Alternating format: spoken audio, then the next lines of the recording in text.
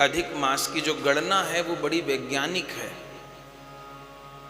हमारे भारत के ऋषियों से बढ़कर जगत में कोई वैज्ञानिक नहीं हुआ, पर हम लोग अपने धर्म का महत्व नहीं जान पाए, अपने ऋषि मुनियों की महत्ता नहीं जान पाए। ऐसा विज्ञान विश्व में कहीं नहीं है। आप जानते हैं दिन और रात की गणना जो होती है पूरे विश्व में, वो सूर्य और चंद्रमा से होती है। एक सौर वर्ष होता है, एक चंद्र वर्ष होता है। तो जो सौर माने सूर्य की गणना से वर्ष चलता है वो लगभग 365 दिन, 364, 65 इतने दिन का होता है। लेकिन जो चंद्र वर्ष होता है ये 354 दिन का होता है। जो अपनी कभी दो दो तिथियां होती हैं तो लोग कहते हैं हिंदू धर्म में तो ऐसा है, हर चीज दो दो हो रही है। उसके पीछे विज्ञान है। कोई सूर्य उदय से गणना करते हैं, कोई चंद्रमा से गणना करते हैं कि रात को 2 बजे भी तिथि पलटी तो उसको मान रहे हैं। वैष्णवों में किस तिथि में सूर्य उदय हो रहे हैं उसको माना जाएगा। और दोनों गणनाओं का एक विज्ञान है, पूरी महिमा है। तो जो सूर्य वर्ष होता है वो लगभग 365 दिन का होता है, पर जो चंद्र वर्ष होता है वो 354 अथवा 55 दिन का होता है। आप देखेंगे कि सूर्य उदय का समय निश्चित तो नहीं होता। गर्मी में 5 बजे सूर्य कभी कभी उदय होते हैं, 5:30 उदय होते हैं। और सर्दी में कभी आप देखेंगे तो 7-7 बजे सूर्य उदय होता है। ऐसे सूर्यास्त कभी कभी गर्मी में 7:30-7 बजे, 7:45-8 तक सूर्यास्त होते हैं। और कभी सर्दी में शाम को 5 ही बजे, 5:30 बजे ही सूर्यास्त हो जाते हैं। तो प्रति वर्ष जो वर्ष की गणना है उसमें 10 से 11 दिन का फासला रहता है। प्रतिदिन में भी रहता है। वो जुड़ते जुड़ते एक वर्ष में लगभग 10 से 11 दिन हो जाता है। और जब वो फासला तीसरे वर्ष तक 30 दिन का हो जाता है, 30 से 31 दिन का हो जाता है, तो तीसरे वर्ष में अधिक मास हो जाता है।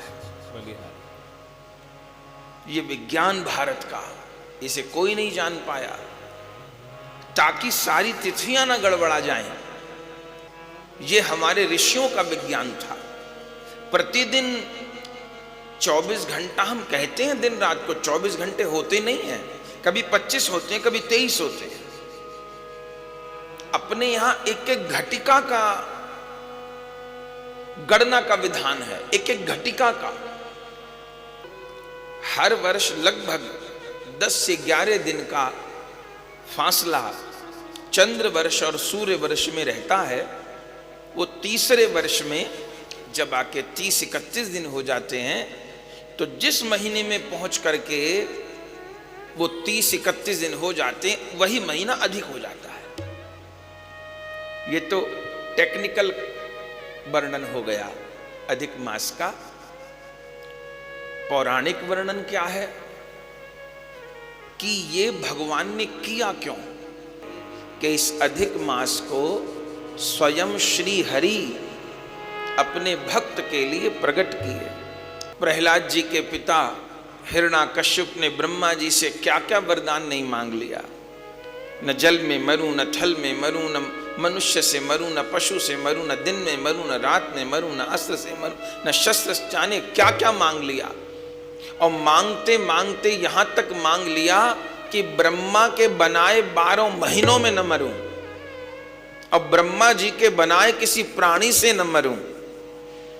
तो और शर्त तो भगवान निभा दी है।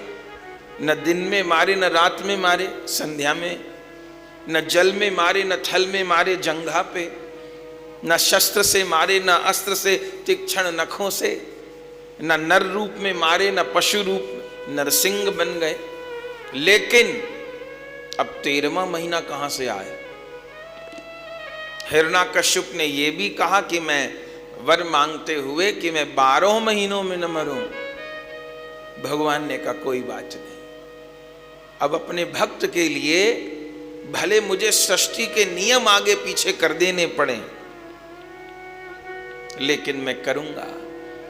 तो मूल रूप में नरसिंह भगवान इस मास को प्रकट किए हैं। इसलिए इन मास का जो वैष्णव नाम है वह है पुरुषोत्तम मास। 3 नाम है, पुरुषोत्तम मास, अधिक मास और संसार में कोई कोई कहते हैं मल मास, पर मल मास नहीं बोलना चाहिए, अधिक बोलिए और सबसे सुंदर है पुरुषोत्तम मास बोलिए। क्यों? क्योंकि प्रहलाद जी भी पुरुषोत्तम हैं और नरसिंह भी पुरुषोत्तम है, पुरुषों में उत्तम है। वो नरों में उत्तम है, वो देवों में उत्तम है। तो पुरुषोत्तम प्रहलाद जी की रक्षा के लिए पुरुषोत्तम श्री हरि ने जिस मास को प्रकट किया उस मास को पुरुषोत्तम मास कहते हैं।